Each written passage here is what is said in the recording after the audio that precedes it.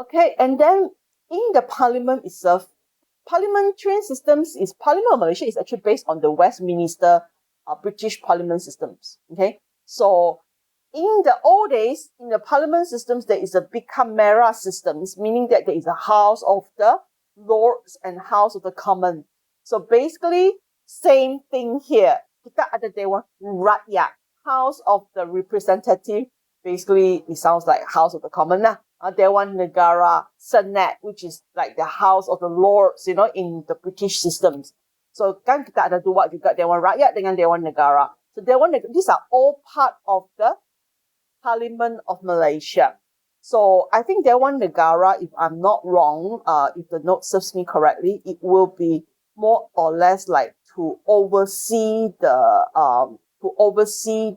it's also like macam the gatekeeper for the parliament.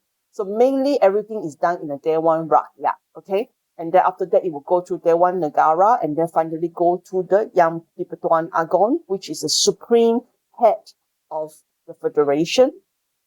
And so this is a third component. He is a third component of the parliament.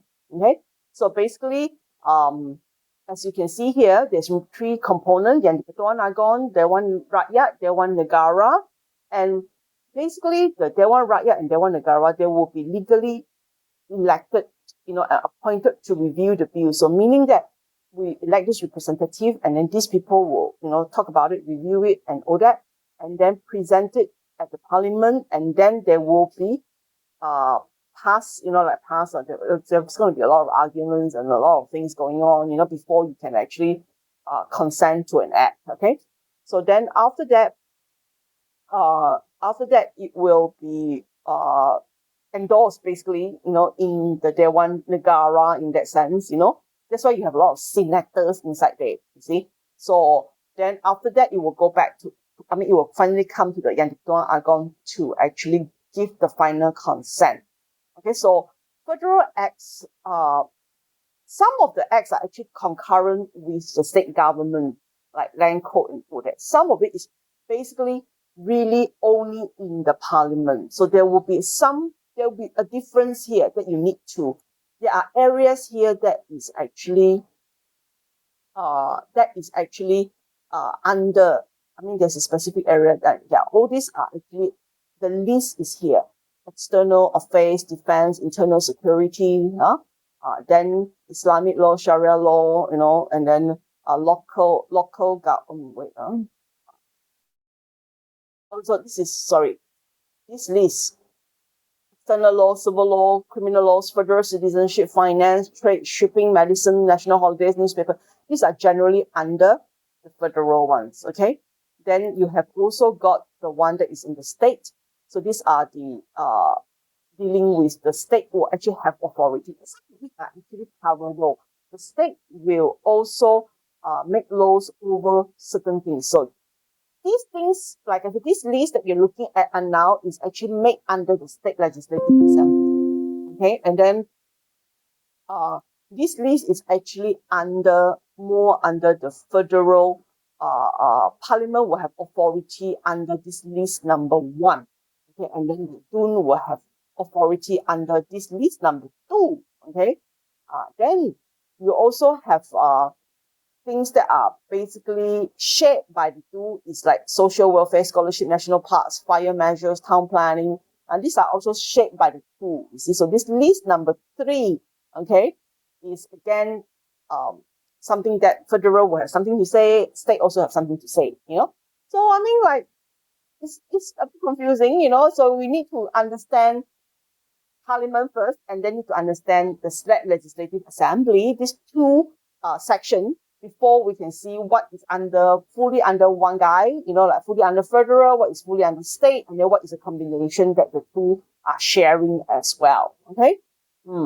Right. So this one here, basically, you want to understand the parliament systems. Okay? So Dewan Negara is Senate. Okay? So this Senate shall consist of elected appointed members as follows: 2 members from each state, and 2 members from Federal Territory of Kuala Lumpur, 1 member from Putrajaya, 40 members, all 40 members shall be appointed by the Yang di-Pertuan Agong. Okay, and the period of appointment is 3 years term. Okay, and this particular Dewan Negara, okay, let me see, there is a part here that we are trying to explain what is the so basically, like I said, they are the more of a gatekeeper. Okay, so there's a bill, okay, and then it has to be started with the Dewan Rakyat and then passed by the Dewan Negara before assented to the Yang di-Pertuan Agong. Okay, so who can be Dewan representative from Dewan Rakyat or Dewan Negara lah, huh? So this include people, that cannot be tak saying lah, huh? Foreign citizens have commit an offense lah, bankruptcy, these people cannot be the representative they cannot be the senators, they cannot be the House of Representative, which is the Dewan Rakyat lah. Right.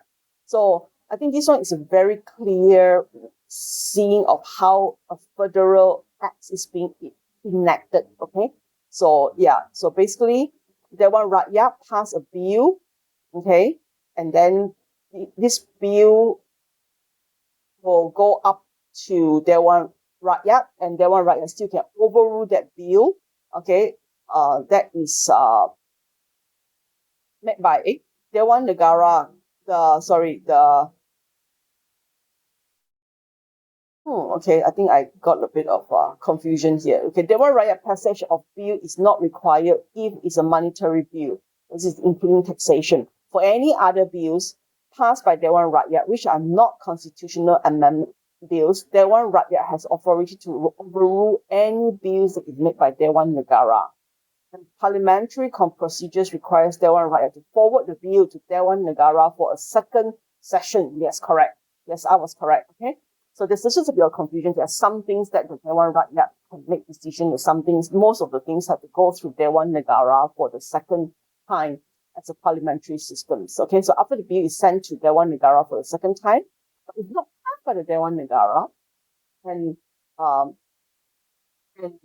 the Dewan Rakyat does not agree, then the bill nevertheless be sent to the king for royal consent. Okay, which the Dewan Rakyat agrees. Okay, so I think the whole system is very much drawn out in this particular picture lah, huh? News is already passed by Dewan Negara, it will be passed by Dewan Rakyat, and they actually intercheck one another lah, basically lah. I think the jurisdiction is a little bit different. Then assent to Yang di-Pertuan Agong, they even make a federal law. The bills that are passed by the Dewan Rakyat must be passed by Dewan Negara as well as a second doorkeeper. Basically, they are actually like a counter check against one another lah, huh? So I wouldn't say that the House of the Senate, but mostly the acts are actually enacted by the House of Rakyat. Okay, and then more on these systems rather than this system. Okay, so Dewan Negara cannot originate the bill relating to taxation. Okay, and federal loans and guarantees. Okay, Dewan Negara refusal to. So the bills, some bills has to be done mostly if Dewan Rakyat, and some bills are actually can be originated from Dewan Negara and then go to Dewan Rakyat, and which Dewan Rakyat can disagree as well. Okay, but some bills like taxation and all that must be, from the Dewan Rakyat to Dewan Negara and also assented by the Yang di-Pertuan Agong.